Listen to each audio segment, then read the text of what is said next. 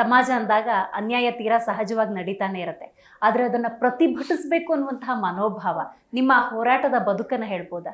ತುಂಬಾ ಕಡು ಬಡತನದಲ್ಲಿ ಬೆಳೆದಂತ ವ್ಯಕ್ತಿ ನಾನು. ಈಗಲೂ ಇದೆ, ಏನ್ ಶ್ರೀಮಂತ ಅಲ್ಲ, ಕಡು ಬಡತನದಲ್ಲಿ ಬಂದಂತ ವ್ಯಕ್ತಿ. 2008ರಲ್ಲಿ ನನ್ನ ತಂದೆಯವರು ಮರಣ ಹೊಂದ್ತಾರೆ. ಆ ನಂತರ ನನ್ನ ಜೀವನಕ್ಕೆ ಸಾಗಿಸೋದಕ್ಕೋಸ್ಕರ ನಾನು ಬೆಂಗಳೂರಿಗೆ ಬರ್ತೀನಿ 2008ರಲ್ಲಿ.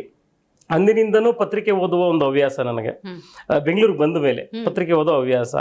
ಅಲ್ಲಿ ಕನ್ನಡ ಪರ ಸಂಘಟನೆಗಳ ಒಂದು ವಿಚಾರಗಳು ಪತ್ರಿಕೆಯಲ್ಲಿ ಪ್ರಕಟಣೆ ಆಗ್ತಿದ್ದದನ್ನ ನೋಡ್ತಿದ್ವಿ. ನಾಡು ಜಲ ವಿಚಾರದಲ್ಲಿ ಹೋರಾಟ, ಬೆಲೆ ಏರಿಕೆ ವಿಚಾರ. ಬಟ್ ಅವತ್ತಿನ ಹೋರಾಟ ಇವತ್ತು ಆಗ್ತಾ ಇಲ್ಲ, ಅದು ಬೇರೆ ಪ್ರಶ್ನೆ.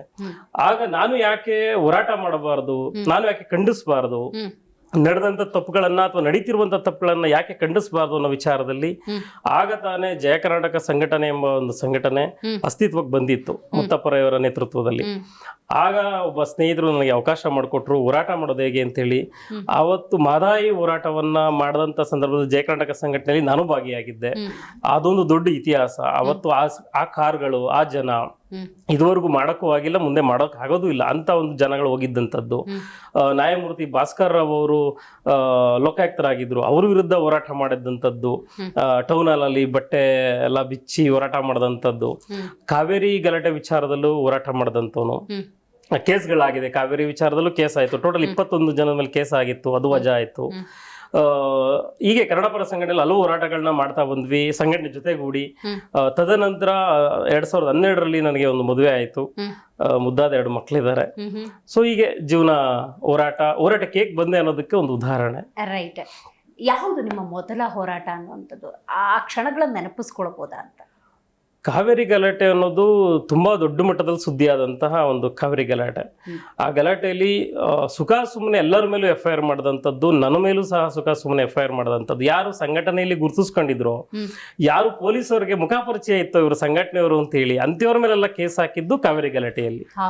ಆದ್ರೆ ಮಾನ್ಯ ಘನ ನ್ಯಾಯಾಲಯ ಕಾವೇರಿ ವಿಚಾರದಲ್ಲಿ ಹೋರಾಟ ಮಾಡಿದಂಥವ್ರು ಒಂದಷ್ಟು ಕೇಸ್ಗಳನ್ನ ಖುಲಾಸೆ ಮಾಡಿತು. ಅಲ್ಲಿ ನ್ಯಾಯವಾದಿಗಳು, ಅಡ್ವೊಕೇಟು ಸಹ ನಮ್ಮಂಥವ್ರ ಹಲವಾರು ಜೊತೆಗೆ ನಿಂತರು. ಅವತ್ತು ಏನು 1 ರೂಪಾಯಿನೂ ಸಹ ಯಾರಿಂದ ಪಡಿದೇನೆ ನಮ್ಮ ಒಂದು ಕೇಸ್ಗಳನ್ನ ವಜಾ ಮಾಡಿಕೊಟ್ರು. ಅದಕ್ಕೆ ಧನ್ಯವಾದ. ಅದೊಂದು ದೊಡ್ಡ ಮಟ್ಟದ್ದು. ಖಂಡಿತ. ಜಿ ಕನ್ನಡ ನ್ಯೂಸ್ ಈಗ ನಿಮ್ಮ ಮನೆಯಲ್ಲೇ ನೋಡಿ. ಎಲ್ಲ ಕೇಬಲ್ಗಳಲ್ಲಿ ಈಗ ಲಭ್ಯ.